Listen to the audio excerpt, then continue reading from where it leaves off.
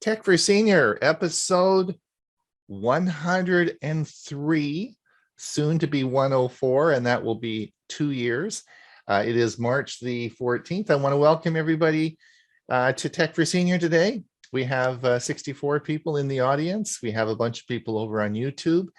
And welcome. As I've always said, it's your enthusiasm that keeps us going and keeps us making videos and keeps the gang working hard. So we do appreciate you coming. We not only do we have the show today, we of course, as you know, it's being streamed over to YouTube. It's a little bit different on YouTube. We'll be finishing the show there about 10 minutes early, just before Ray's music segment.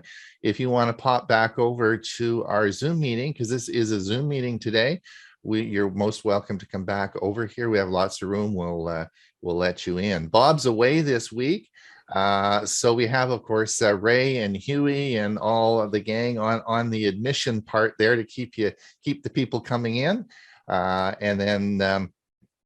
And Hewie made it. Hewie, we weren't sure if Hewie was going to make it today, but Hewie made it, which is great.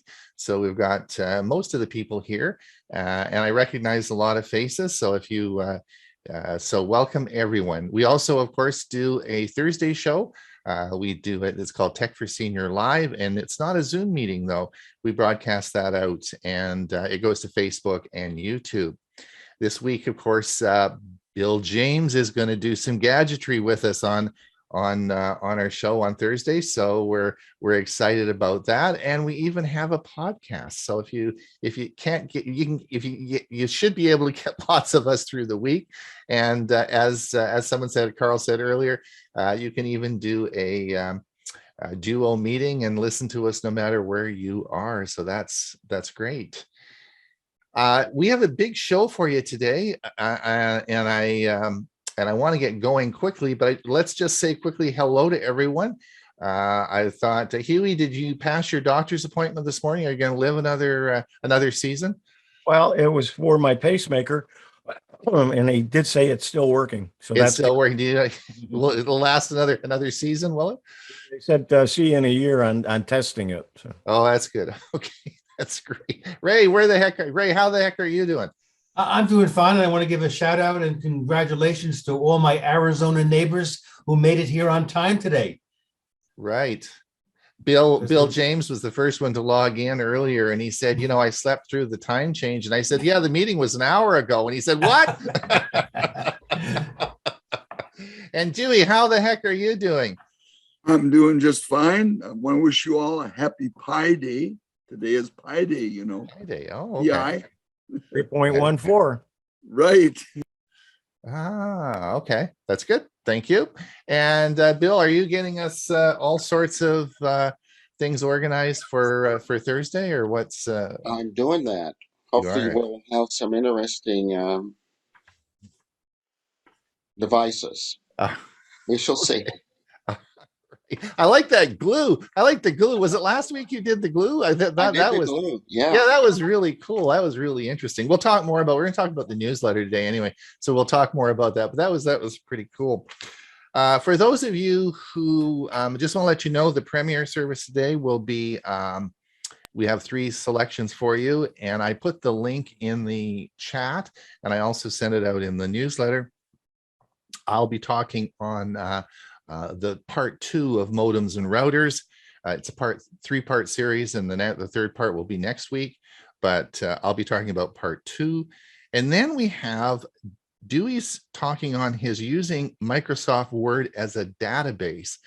And that was an amazing talk he did, and it has had a lot of views, and using a Word document for a database is really quite an interesting, and we've had a lot of feedback about that too. So you really want to watch that. It'll be playing today. And then Huey's going to talk about, do you have a Bluetooth on your computer? Do you have Bluetooth on your computer? How do you know? He's going to talk about that. So very interesting stuff. And that will be after the show at 10:30 Pacific time, or 10:30 the top of the hour. So we'll be broadcasting that out, and the link will be, of course, is in the newsletter, and it's I'll put it again down in the chat. So that's pretty cool. I really want to get on with it. What do we got here? Because we do have a big show. We're going to go over today if we don't get going.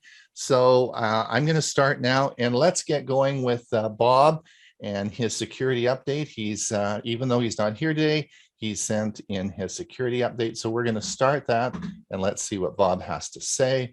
Here is the Avast Security News Roundup for the week ending March 11th, 2022. New DDoS does 4 billion times the damage. A new distributed denial of service amplification attack can increase damaging effects by 4 billion times the strength and stretch out the length of the attack to 14 hours. The record-breaking amplification vector comes from misconfigured servers belonging to Mitel, MyCollab, and My Voice Business Express collaboration systems.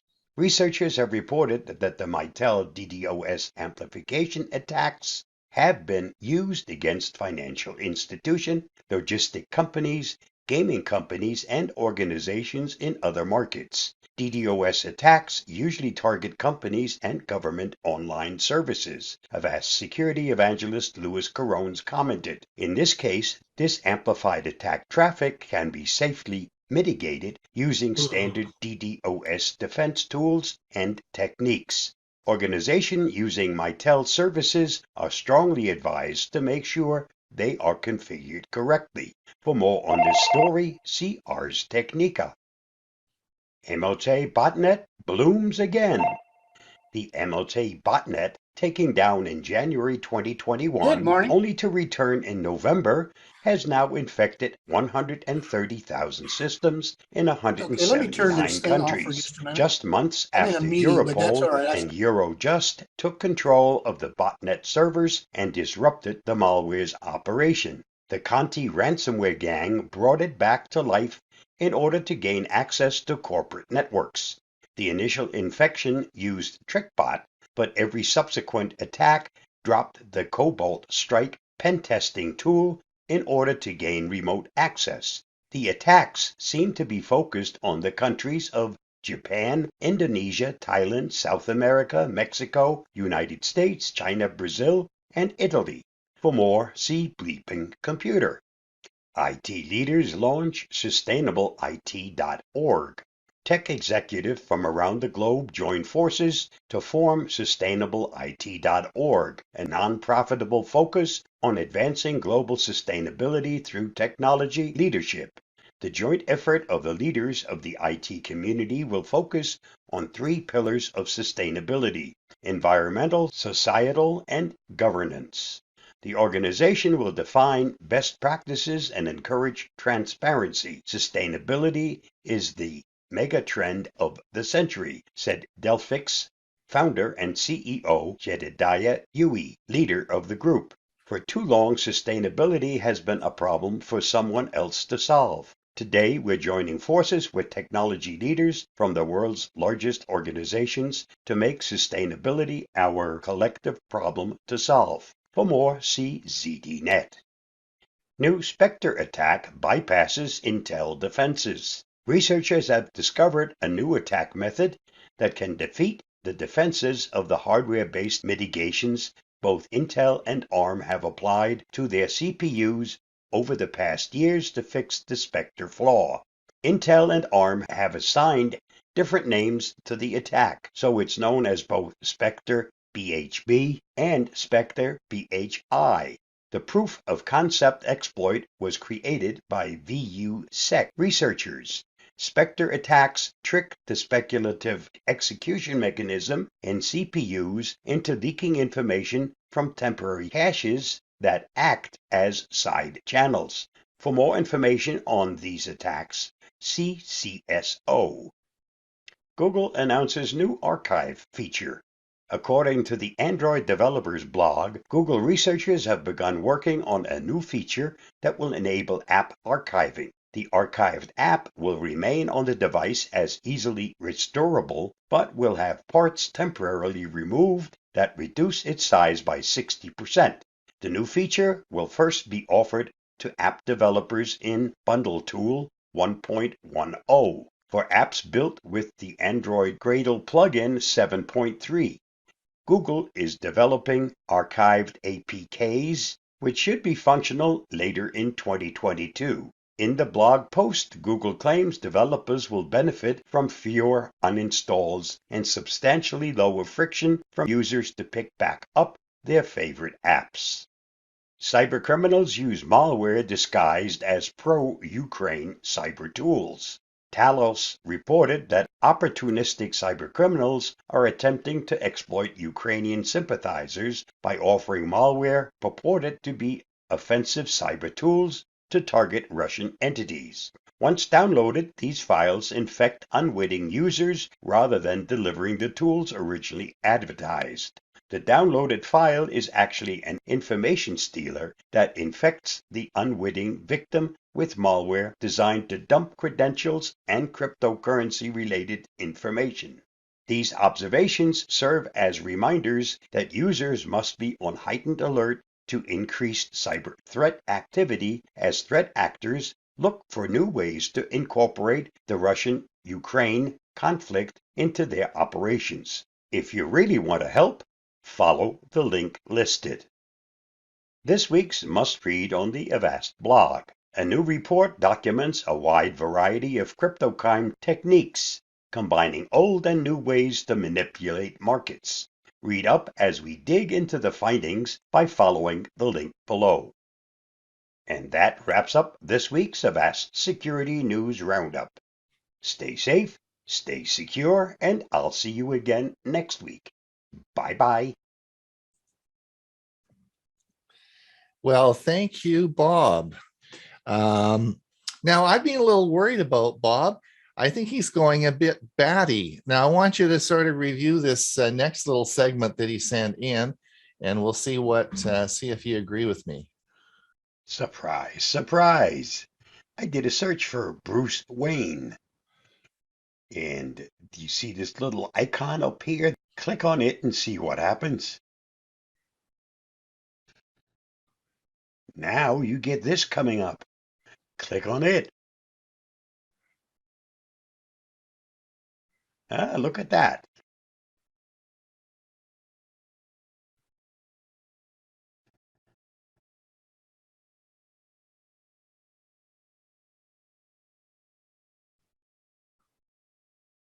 Something's going on in the Batcave. Have fun.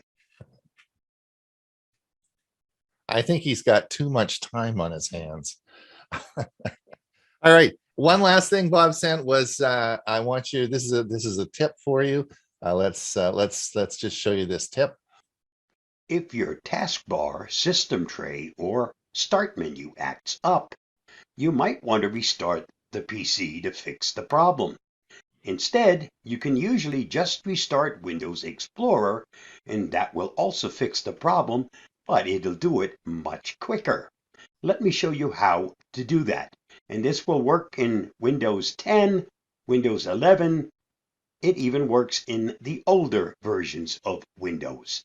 I'm going to show you how to do this on a Windows 11 computer. Start by opening up the Task Manager, and it's easiest to find Windows Explorer if you have under the View settings in the Task Manager, you've selected Group by Type. If that's selected, then Explorer will wind up to be right towards the top under the App.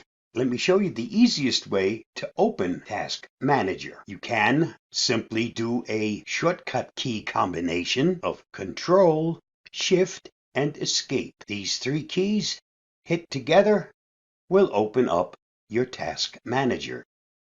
That's one way.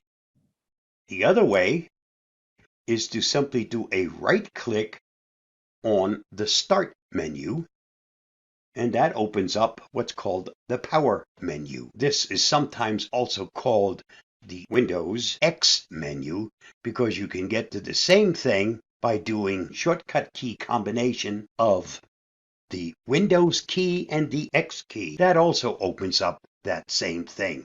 Once this is opened, just go down and select Task Manager. So those are some easy ways to get to the Task Manager. Once this is opened, select Windows Explorer, click on it, and you'll see down here it says Restart. You can also do a right-click on it, and from here, select Restart. Either way, watch the bottom of the screen. When you select Restart,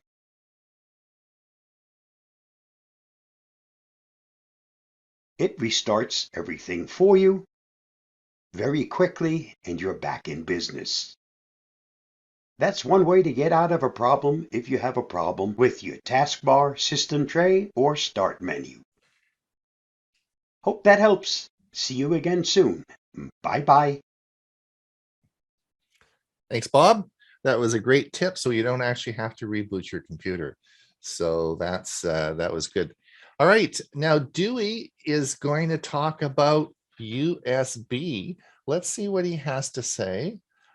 Good morning, friends. I'm Dewey, and my Tech Talk topic for today is USB-A to USB-C, a deep dive into their differences. As you likely know, the acronym USB is short for Universal Serial Bus, a common type of port that makes it easy for tasks like charging a device or transferring data between two devices. Like Wi-Fi, it's another one of those things that's easily taken for granted. My TFS colleague, Bob G, suggested to me that a March 1 article in ReviewGeek.com titled USB Explained, All the Different Types, might be a good topic for one of my tech talks. I read the article and agreed. Thanks, Bob. The author is Suzanne Humphreys, commerce editor for ReviewGeek.com. USB was developed by a number of companies, with IBM, Intel, and Microsoft taking the lead. USB-A was introduced in mid-1996 and eventually replaced, get this, the serial port, parallel port, game port, Apple desktop bus, PS2 port, and FireWire. That's the IEEE 1394 protocol. As USB developed through these many years, its ports and connectors have tended to become smaller, faster, and more powerful. Author Humphreys writes that with USB, there are really only four things that matter: form factor, transfer speeds, power delivery, and video delivery. I'll start with the form factor of USB 1.0 and 2.0 and their ports. USB-A, or sometimes called USB-A, is the original flat and rectangular connector pictured at the upper left of the graphic that seemed to defy logical 50-50 odds for having the correct insertion orientation on first try. These cables always have USB-A on one end and a different connector on the other, and are most commonly used for device charging or data transfer. Note the graphic. USB-A is still widely used, most often on computers, TVs, gaming consoles, and other peripherals. It's long in tooth, but it's great. USB-B has been, that's in the upper right of the graphic, has been mainly used only with larger devices like scanners and printers. These cables are usually USB-B to USB-A, though some newer devices are now using smaller options like micro USB or mini USB, shown at the bottom of the graphic. Mini USB, as the name suggests, is a smaller version of USB-B and comes in two versions, Mini A and Mini B. You can see them at the left in the middle of the graphic. For your information, both versions of Mini USB are rarely used today. Now at the bottom of the graphic, we see micro USB, which is both micro A and micro B. They were at one time also used for certain portable devices, including Android tablets and smartphones. I'm a big time Roku user, and in January I dropped $30 to buy the relatively new Roku Voice Remote Pro, mostly to take it for a test drive. Last Tuesday evening, the remote control for my Roku Streaming Stick Plus mysteriously stopped working. So I brought out the new Roku Voice Remote Pro as a replacement. It worked great, but the battery needed recharging. So I plugged it into a USB hub to charge it, which is when I noticed that the charging cable, also showed in the graphic at the right, used a USB micro B connector on one end. Kind of made me feel good that I was right on topic. Several screens back, I showed you the form factor of USB 1.0 and 2.0. I'll move on to the form factor of USB 3.0 and 3.1. Take note of the USB 3.0, 3.1 Type A and Micro B in the graphic at the left. Both connectors are pictured at the lower right. So give me a moment to look at them. Now that Type A, please note. Please also note that the USB 3.0, 3.1 Type A connector at left has 5 electric terminals compared to 4 in the earlier USB A connector. USB 3.0 powered B, shown at left in the photo, at the bottom, right directly below, may be found on some printers or large devices. The upper part of this weird looking connector provides the power. The lower part of the connector is the same as the USB B cable often used in printer cables. And by the way, that they may follow the USB 1.0, 2.0, or 3.0 protocols, that particular type of connector. USB-C, we're going to go to that now, pictured at the lower right, is not a new USB standard and is sometimes confused with USB 3.0, which is more properly known as USB 3.1 Gen 1 and some other names, or USB 3.1 Gen 2. Now this gets a little complicated. USB 3.1 Gen 1 can move data at up to 5 gigabits per second. USB 3.1 Gen 2 can move data at up to 10 gigabits per second. So that's the basic difference. Technically speaking, USB-C is a cable and physical connector standard, strictly, though its name is often used generically to cover everything. Although its form factor is small, USB-C is able to do more than all other USB types and do it faster. It has the potential to replace all other cables thanks to diverse multitasking capabilities. And its 100-watt connection has the ability to power even the most power-hungry devices like laptops and TVs. USB-C with USB 3.1 Gen 1 doing data transfer only, that's important to remember, can only move data at 10 gigabits per second. With USB 3.1 Gen 2, it can do data transfer only at 40 gigabits per second. Both of those rates are pretty outstanding. For what it's worth, my 2.5-year-old Dell XPS 15 laptop came with 2 USB 3.1 Gen 2 ports that were also labeled as Thunderbolt 3.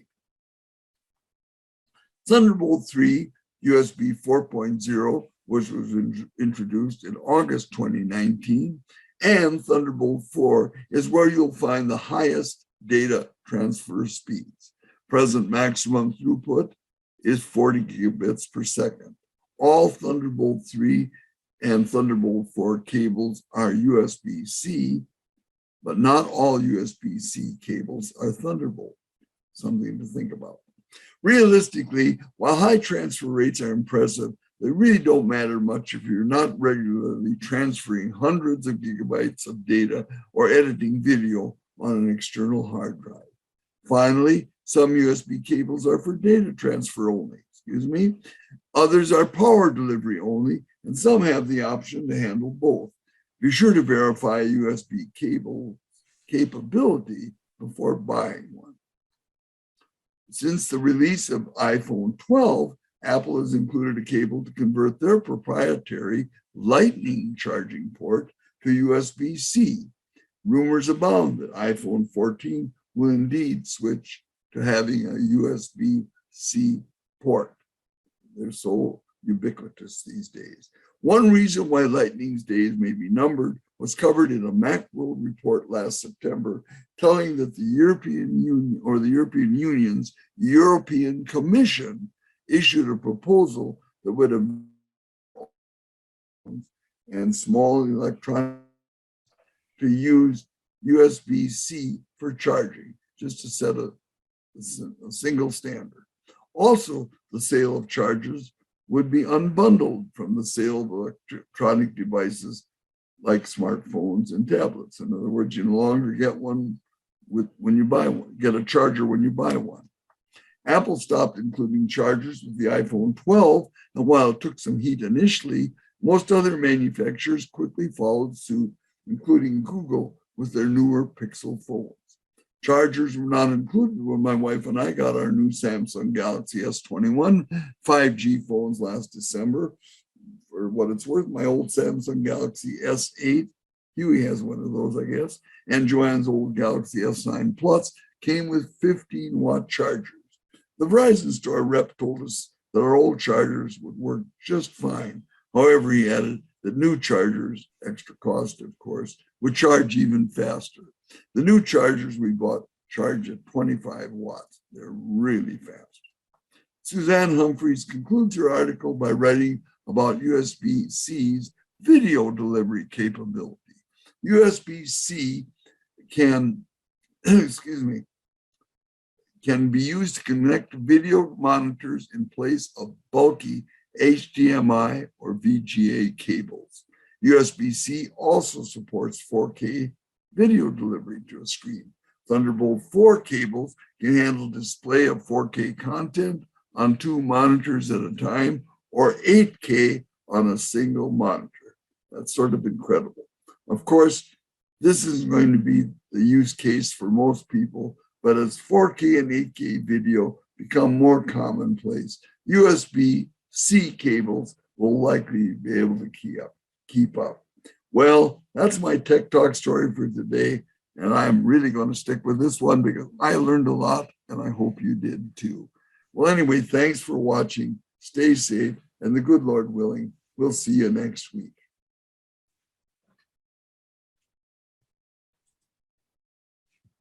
Thank you.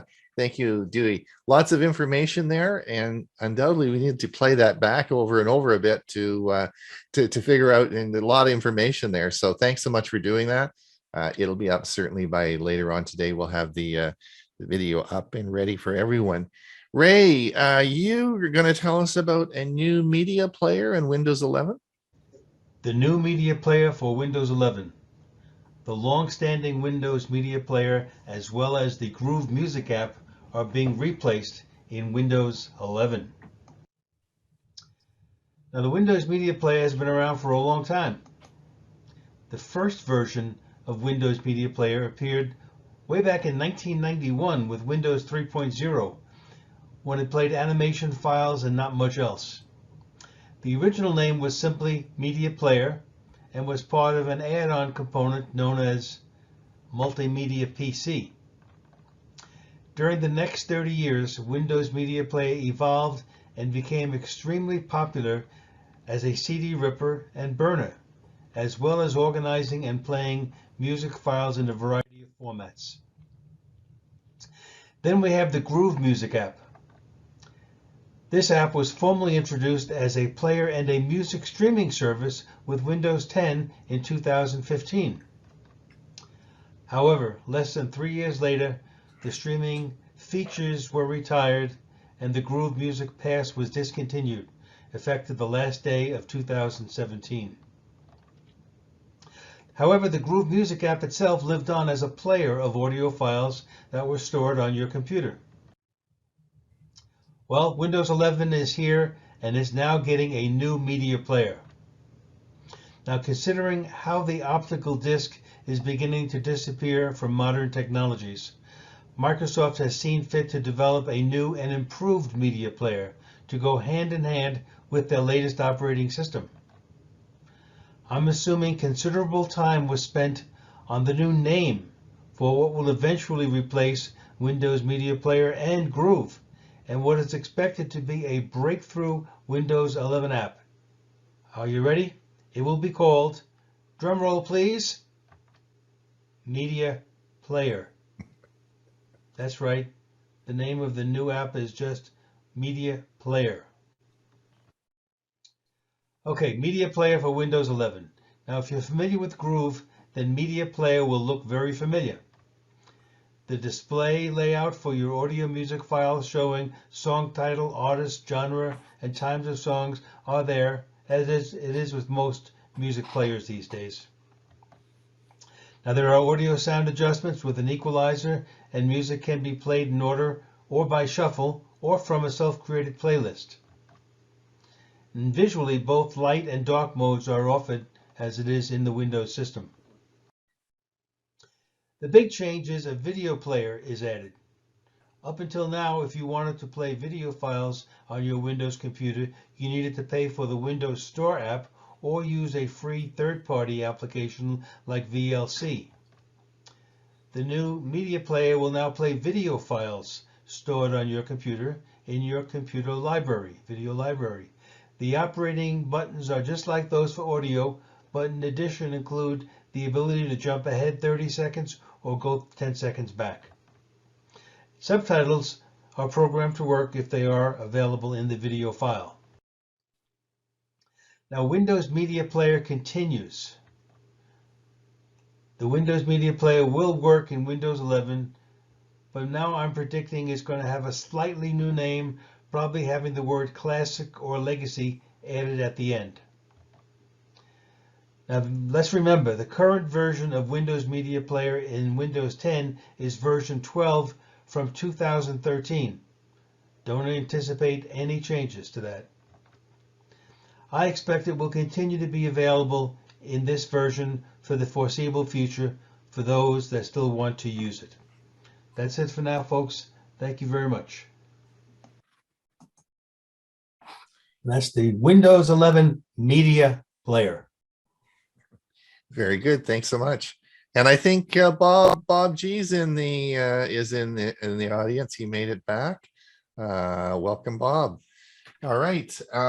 Let's see what we can talk about next.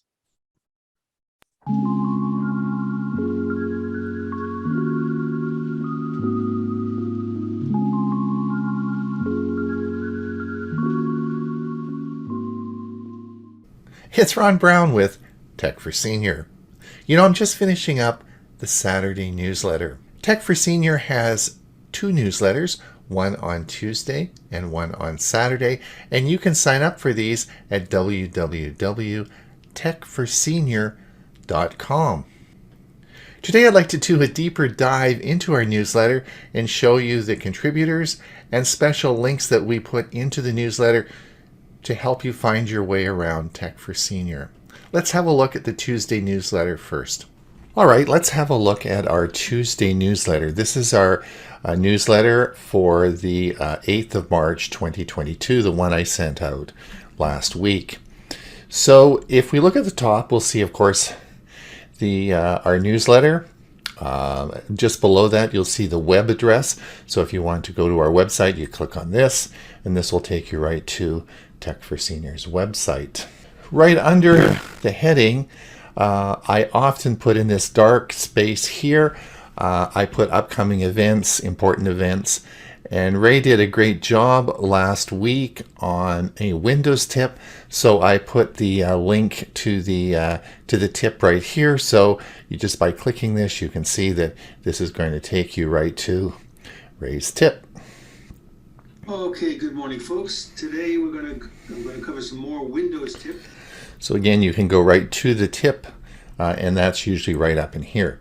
Now, for all of those who can't find our meeting, you've deleted the email, you're in a panic, it's time for you to come to the meeting, and where is the meeting? I have here in big bold letters, click here to join our Zoom meeting. So let's just click this. And this, of course, will give you all the information. I'm not going to go ahead with this and opening in Zoom, but you just click this, and again, you're right into the Zoom meeting. And that is the link that's right under the this box with the latest information. Now, as we move down, you'll see that if you would like to support us, and donate, then you can just click on this link, which will take us right to our webpage. And if you want to make a donation, you certainly can. Now, as we come down here, you will also see a link to our show. So if you are panicking again, you want to come to Tech for Senior Live, you don't know where it is, or you want to come to our channel, all that you have to do is click this link. This is the link that will take you right to our YouTube channel. And here we are. Sean Brown with Tech for Senior. Here we are right at our channel. You can see all our Tech for Senior episodes here. Sorry, you can see our Chromebook videos that I've made here. You can see our Learning Chromebook series videos that I have made, Tech for Senior Productions, and of course Hewie Starlink Report. All these are again on the channel. If you come over here, you can see all the videos that we produce. There's over 500 of them, and that's for our Tech for Senior. So let's come back over now, and again, that is just the link. So if you ever are trying to find something, you want to come to the show, simply click the link. Now here is what I put in, and this is the purpose of the newsletter. This is the link to Monday's show. So you'll see that the date here is March the 7th. We click this, and this will take you. Show on Thursday called Tech for Senior Live, and we have a podcast. So we're a busy group of people. And there we are. I would like to. And that will take you right to our show. This, of course, is updated in each Tuesday's newsletter. Now, as we come down. Again, I've put in this section, I've put the meeting info. So if you again want to come to the meeting, this is another, you can click here, or I've given you the meeting ID, and this of course never changes. If you want to come down further, you'll see that if you want to look at all the Tech for Senior episodes, this is the playlist. You just click that button, and this will bring up all the Tech for Senior episodes. That's called a playlist, and that's for here. You'll see this is our Tech for Senior Live playlist. Click on this button, and this will bring up all our Thursday shows. And Tech for Senior Productions is, of course, all the productions that we do outside the show, and you'll see, click that, and then you'll see a list of all the productions that we do. As we come down, you'll see, of course, this is our Learning Chromebook series that Hewie and I do once a month. Again, if you click this link, this will bring you to all the past episodes. And if you want to sign up for the Learning Chromebook, you just have to click this button, and this again will take you right to the sign up page. As we move down the list, you'll see Bob has a regular section in our Tuesday newsletter. Of course, Bob gives the security news roundup each week at our show. He also includes in the newsletter some security information for you. In last Tuesday's newsletter, these were 4 tips to help you avoid falling for phishing scams. Bob always creates for our Tuesday newsletter some security information for you to help protect against the bad guys. As you know, Bob is not just a security expert, but he does a lot of videos about Windows 10 and 11. Bob has a very large YouTube channel, and if you click this link here, this will take you right to his YouTube channel, and these are all the videos that he has produced. As we move down, you'll see Ray's section here in our Tuesday newsletter. Now, as we come down the list, you'll see his last music section was Faith Hill. Many of you have requested that we make available the written narration of what he has to, the written narration that occurs before the music starts. This, of course, is found in this section, and this is the narration that Ray reads prior to us playing the video. The last Tuesday was, of course, on Faith Hill. As you come down, you can actually listen to the video clip by clicking this button here. And as we come up and look just above here, the playlist for all Ray's songs is right here. So if you click this button here, this will take you right to the playlist. And these are all Ray's songs that he has done over the past year or even two. You can simply click this link and it will play 3, 4, 5 hours of all the music Ray has done for our show. It's all here right in this list. So just click that link, it's there for you, and you'll be able to listen for a very long time. And then as you come down, you'll see the third contributor on our Tuesday newsletter is Bill James. And he, of course, writes about different gadgets. Now, in this article, Bill is talking about liquid plastic. He gives a history of how bonding actually started and some of the crazy things that we've done. And as you come down, you'll see all his narration, and you come right down to the bottom. And of course, you'll see the link to the website where you can purchase this. We'll click this, and it should take us right to a Amazon website, and you can purchase the UV liquid plastic welder. Pretty cool. And of course, Bill does this once a week. All right, so this is our Saturday newsletter. This is a little bit different than the Tuesday. So let's have a look at the format. So at the top, you'll see again, it says, of course, it's Tech for Seniors newsletter. And if you click on our website, you, of course, will get our website. I have included the same sticker. Click here to join our Zoom meeting.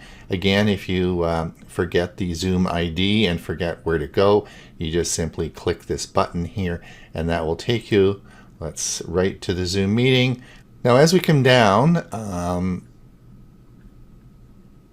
there is a button here. Click this button to go to our past show.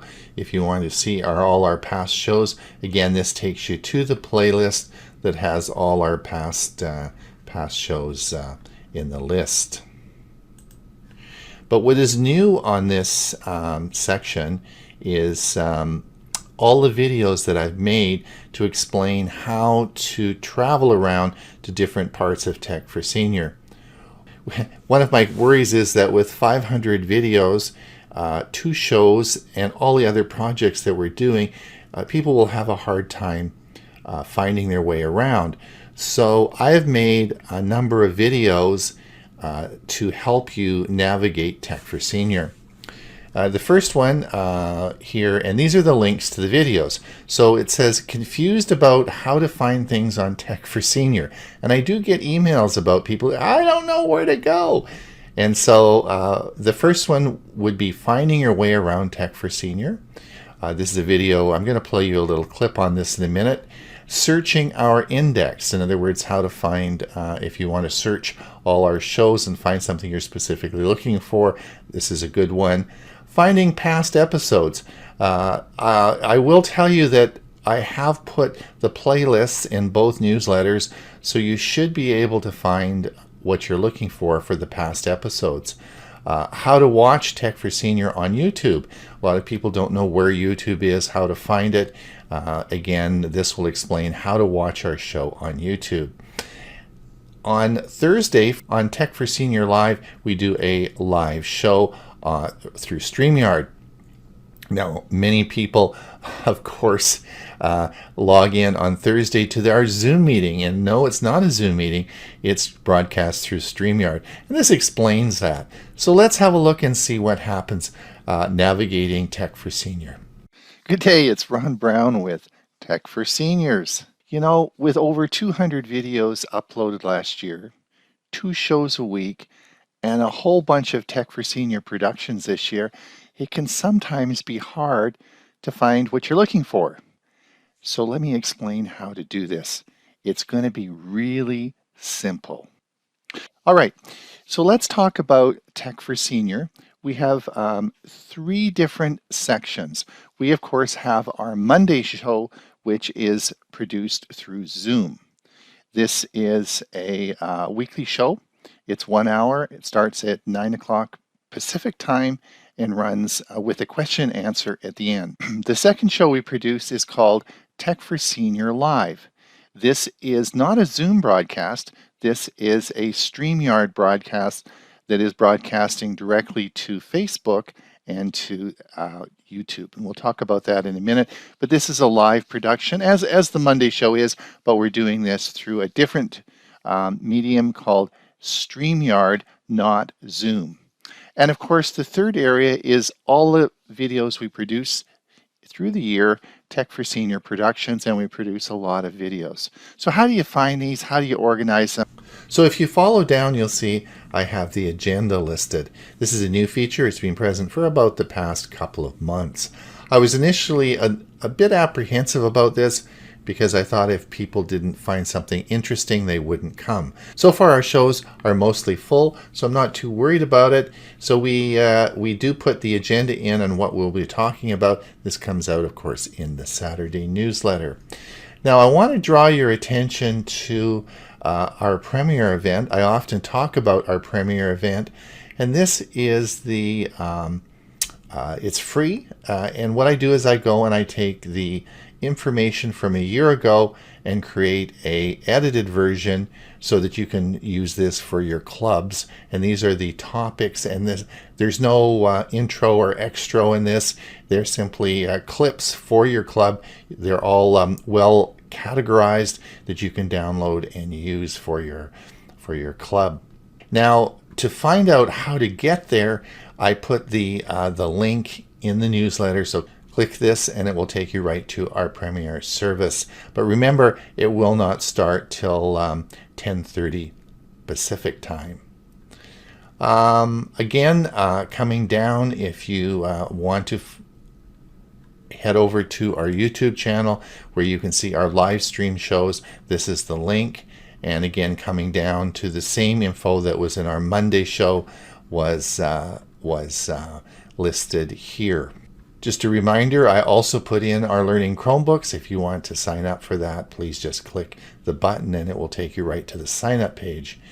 On Saturday, Hewie puts his articles in. Hewie, of course, has a very active website, hewie.net, and this is Hewie's article that came out this Saturday. And we come down, and Dewey Kloos, I put his video last week. He explained Wi-Fi and mesh routers. So this is a link. You just click this link, and you'll be playing Dewey's video. And then at the end of the newsletter, you'll find, of course, an article by myself. And this article today was on Google Live, transcribed, now available offline. You can read about this service. You can read about this service. In fact, I'm going to be doing a video about Live Transcribe. This is great for people with hearing problems. Now, if you come down and you want to send us a note to Tech for Senior, here is our email address, admin@techforsenior.com. You can send us a note there if you want to comment on anything. And if you are really unhappy with 2 newsletters a week, you don't feel that you want to read that or it's spam, then you can just click the button down below here and you can unsubscribe from the list. Well, that's a deeper dive into our 2 newsletters. It's Ron Brown with Tech for Senior. You remember that. Right, there we go. Ray, are you getting ready to go? Yes, I am. It will be toe tapping today. That's good. Let me just say goodbye to the people on YouTube, okay? If you are over on our YouTube feed, thank you for coming. We'll see you same time, same place next week. I have put in the, you can come over to our Zoom meeting. We still have lots of room. If you want to pop over and participate in the Q&A, then we're certainly happy to have you. Otherwise, we'll see you next week. All right, take it away, Ray. All right. I call this today respect and admiration for those that came before, with a little focus on Eric Clapton. I sometimes feel today's current artists don't really give credit to those that came before them. So when it comes to the GOAT, what does GOAT mean? The greatest of all time. The GOAT of guitar players, Eric Clapton's name appears on all the lists. He's ranked second by Rolling Stone magazine, fourth in Gibson Guitar's 100 Greatest, and fifth in Time magazine's most recent 2009 list of the 10 best. Eric Clapton is only a three-time inductee. He's the only one who's a three-time inductee into the Rock and Roll Hall of Fame, as a solo artist, as well as a member of the Yardbirds and Cream. His resume also lists stints with Blues Breakers, as well as Derek and the Dominoes. But like so many of the legends in rock and roll history, he has his own set of demons with drug and alcohol abuse, not to mention infidelity in his personal relationships. Now, my one-page synopsis could not possibly contain all the accolades bestowed upon Eric Clapton or begin to list all his musical contributions and accomplishments since 1962. That's how long he's been around, 1962, when he first started performing professionally. Instead, my focus today is how Eric Clapton is quick to offer his recognition of the influences that brought him to the pinnacle of his profession. B.B. King, Buddy Guy, and several other blues legends make Clapton's influential list.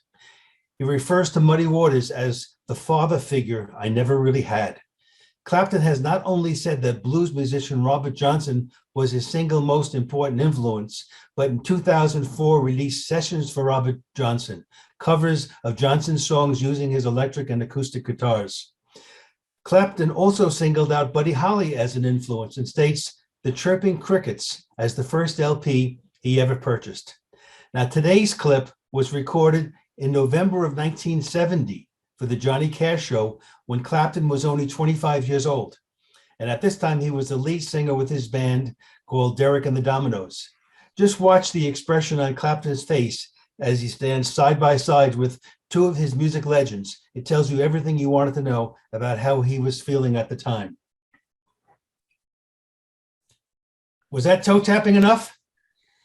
Wow, that's a lot of talent to have on one stage, eh? All at one time. Wow, that's amazing. Yes, indeed. Well, listen, it is almost top of the hour. I want to thank everyone for coming. It's been a great show. I see Bob Gusticius made it. Welcome back, Bob. We thought you were going a little batty there for a while, so we do. We're glad to see you're back and you're not hanging out with the bats. Nope. There you go. Now we have, before we get into the question and answer, if you do have to leave, just a reminder that we have the premiere service starting at 1:30. I'll put the links in again into the chat. I'll be talking on modems and routers, part 2. Dewey, of course, will be doing his very, very popular how to use Microsoft Word as a database. That's weird. I didn't know you could do that, but he shows us how to do it, which is pretty cool. And do you have Bluetooth on your computer? How do you know if it's there? And Hewie will be talking on that all at 1:30. And I'll be putting the link into the chat again. It is, as mentioned, it is in the newsletter as well. So you can click on the link if you want to watch that. And that's a free service, and it is available at 1:30. We are going to move into the question and answer again. If you have any questions, it's easier for us because we got a lot of people here today. If you can put up your hand, if you go down to reactions at the bottom, and you can just click the button and raise your hand, it pulls you up to the top so we can see, again, acknowledge you. So if you have anything you want to say, any comments, any suggestions, anything you want to talk about the show today, there's a lot of material covered. Please do so. Or if you have anything about past shows or anything, we're just ready to answer your questions. We have the whole gang here. So let's open it up now and see if anyone has any questions. Can you stop sharing your screen? Yeah. I don't think I'm sharing. I don't think anyone's Yes, you sharing. are. No, he isn't. No, I'm not. No, we don't see it. Oh, I don't think so. no, never mind. I'm not in the right viewing stage. Okay, Gallery. there you go. Look in the other eye. Yeah, look. Yeah, that was the problem. And The I right put side and the right eye, you know. I have to turn my head to see the other side. there you go. I put the link in the chat as well. And there you go. Ray, I would love some reviews on Elton John. Can we have some Elton John songs? I'll put that on my list. There you go. You're a good man. You usually come up with the right solutions. Very good. So does anyone have any questions? Hewie, do you have a comment or do you have a question? You had a really popular Windows session this weekend, eh? Lots of The Windows session went really well, yeah. as usual. But what I wanted to talk about is right after that was the main meeting of the Central Florida Computer Society, and we had a fellow goes by the name of Swami. He last spoke to CFCS 11 years ago, and he is a very super knowledgeable person. Yesterday he spoke, and it's the best presentation I've seen on 3D printers ever, and I've seen a lot of them. He did an excellent job. I've got it recorded, and I am going to put it up on the CFCS website in the next couple of days.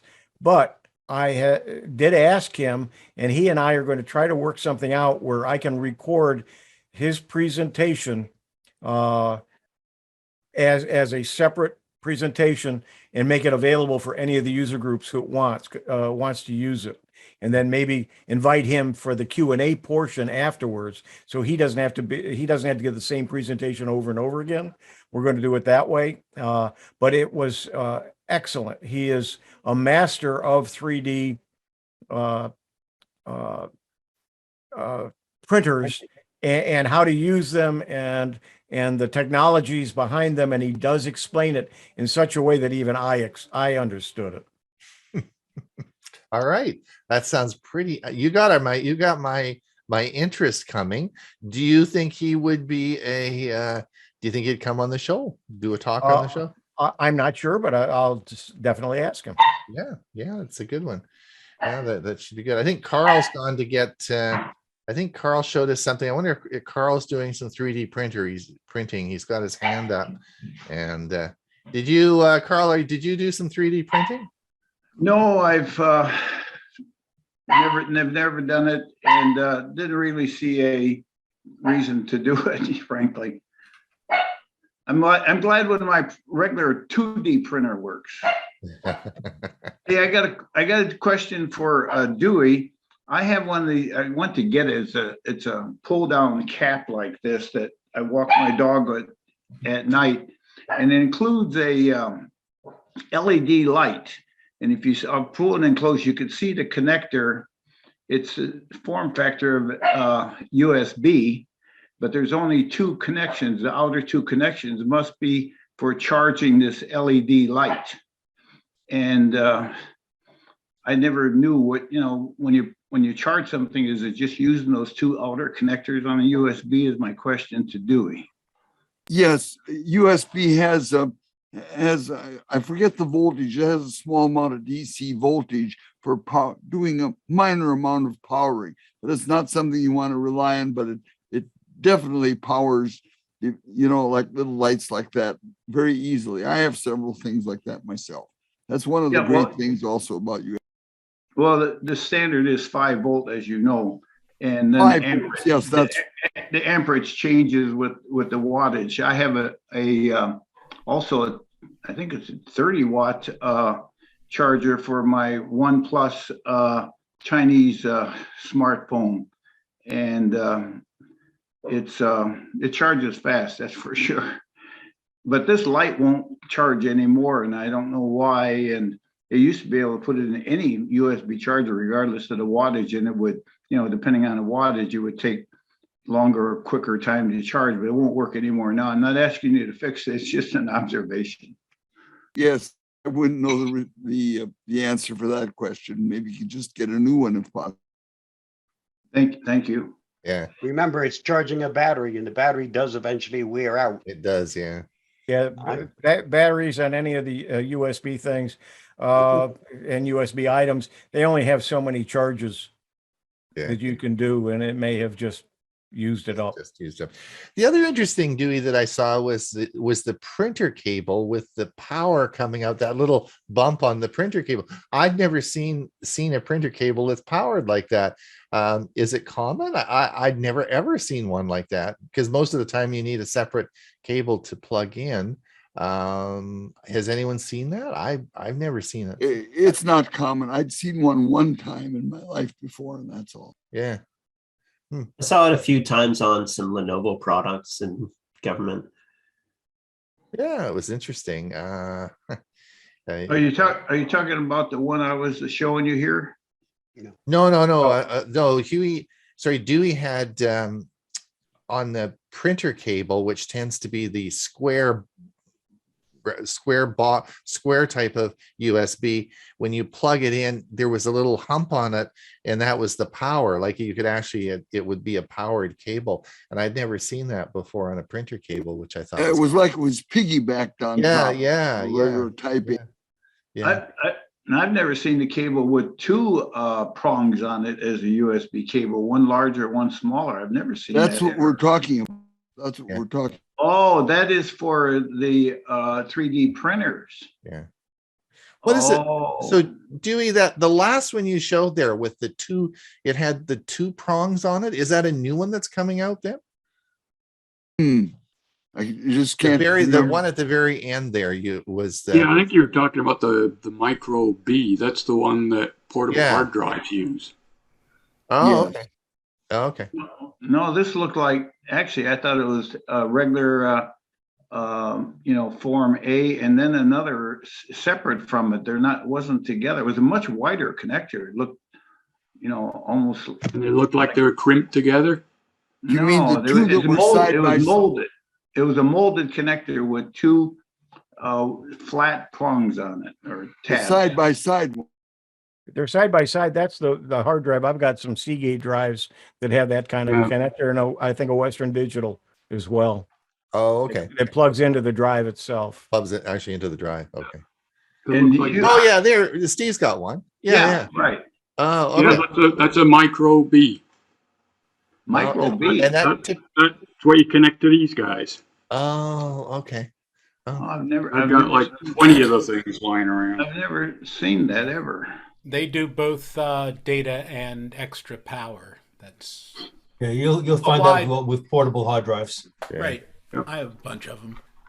Yeah, Hewie, you were talking about your laptop. My laptop is a LG. It's 3 years old, actually, this month, and it has three USB 3.1s and one USB-C.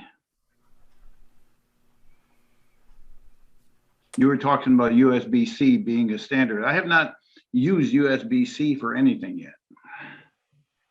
You'll find it, particularly on Chromebooks, you'll find that there's often just USB. Yeah, my phone is a C as well. Yeah, you just have a C, and so I've got one of these kind of cables, that got three in one. And there's a USB-C, there is a micro USB, and then there's the one for an iPhone.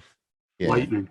I don't know why I said that, because my cell phone has a C. The nice thing about it is it's not polarized. You can put it in upside down and it doesn't matter. Yeah, that's correct. This is one of the ones I use on my Chromebook.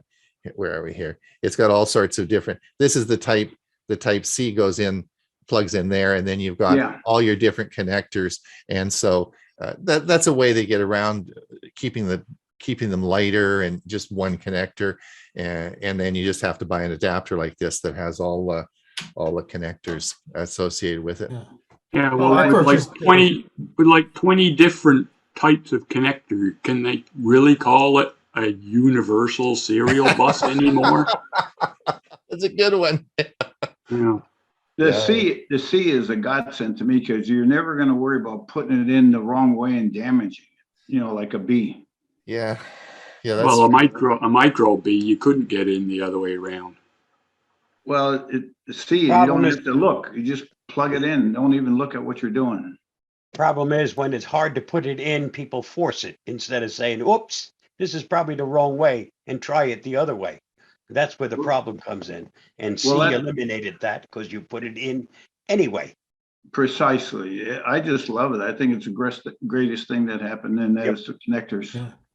I actually purchased the USB-C with USB-C on both ends, and I plug it into my newer computer, which has the USB-C connection, and that is the fastest charging for my cell phone, even faster than plugging it into the electric wall. You heard that the inventor of the USB died, right? They put him in his grave, and then they had to dig him up and turn him around and put him back in. Well, I heard him. I don't know if it was an article he wrote, but the problem with USB, the old USB is you only stand a 50-50 chance of getting it right. So everyone that goes to plug something in is only going to be right half the time. Now, what a stupid thing to design, right? If you're only ever going to be right 50% of the time, it just was very. The secret I use, you look for the USB insignia on the end of the cord, and that's the way that's facing up, then it goes in correctly. I see. Oh, okay, there you go. Until you have your second operation, you can't see that. So hopefully when this comes off, I'll be able to see that. Well, we have it on replay. We'll have the video up for you later, Bob. No problem. We thought you were going a little batty there for a while, but I think you're going to be okay. No, it was Google that went batty. I just recorded it. So, Jim, did you get your twinkle toes going there? Are you tapping on the floor, or what's happening? Oh, I programmed it now, so I have that one for Chris and this one for me and this one for both of us, so I can easily change between the three. But I can, they're programmable, so you can put anything in there. I just got it, so it's really, it's not even on the floor. It's on the desk. Actually, now that you brought up, or we talked about USB-C, I'm an electrical engineer. I used to build things, electronics and stuff. So I have a question for Hewie is, the original cable was D-shaped because it was polarized. You had a plus and minus 5-volt DC wire or current. So you needed to make sure you didn't put it in backwards. And that's why the cable was polarized or had a D-type shape on it. So how are we getting around that now? We have still have a polarized source of power. How do you get to do that with a C and put it in either way and not worry about polarization? Question for next week. I don't think it's any different than a common simple two-prong electric. Yeah, but if you have two prongs, one is plus, one's minus, you have to be careful not to put them in backwards, just like connecting charging cables on your battery. Oh, not like on the charger for your shaver or something like that, or a simple lamp. They're just two prongs. You can plug them in. Well, you can do that in that case if it's AC, but DC, you can't. Okay, you're right there. Sorry about that. Right. So that's a question for you to research. I could do it too, but I was too going to lazy. say, Carl, you're the engineer. Yeah. That should be your job, and let us know next week. Carl, I'm booking you in for 5 minutes next week. You can give a talk on it. All right. You are a great administrator. I remember when I was head of the condo association and somebody would come and say, this landscaping really sucks here. And I said, excellent point. You are now in charge. That's how it works. There you go. There you go. All right. No more questions. Anybody have a last question? And if not, I will put in the chat the link again to the Premier service. So everyone has that there, and you can click on that link and it will take you right to which will start at 1:30. If we don't see you again, we will see you either next week, next Monday, or we'll see you, of course, for our Tech for Senior Live this Thursday. We'll have Bill James will be with us talking on all sorts of gadgets. So we can certainly have some fun with that.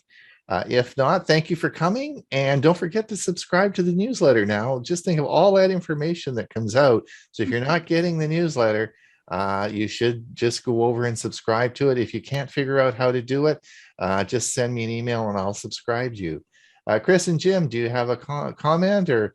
Yeah, we're doing a show this Sunday, so you're going to do a show this Sunday. That's good. Invite everybody to come see. Yep. Yes, well, that's my favorite show on Sunday, but except when, of course, Hewie is doing his, because he does it at the same time. But then Not this week. Not this week. I know you're doing it the next week, and so. But I must tell you, I have you both. Schedule. I have you both one on one monitor and one on the other, and I give you both equal time. So how's that for being politically correct? I think that's awesome. I'll put a star in your report card for that. I'm working on it. And thank you for pointing out today is Pi Day. Oh yeah, Pi Day, yeah. Somebody had it on their background. 3.14. 3.14. There you go. Actually, here in our state, we have a city or a little town that's known for having the best pies in the whole country. Oh. Pie Town. Which one? New Mexico. Yep, I've been there last year. No, there's a little town in California that claims the same. But that's just apple pie. Oh, in California. Okay. The one in Arizona or New Mexico? No, New Mexico. New Mexico. Yep. What's the name of the town? Pie Town. Has a nice state park adjacent to it. Yep. Wow. Route 60. That has to go on our list. I'm sorry. I'm surprised we missed it. Mm-hmm.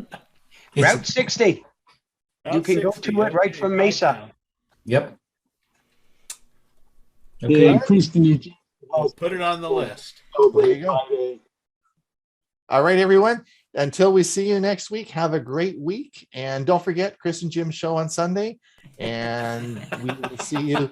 And we'll see you on Thursday for our Tech for Senior Live. And don't forget to watch our premiere service in about 10 minutes. See you next week. Bye now.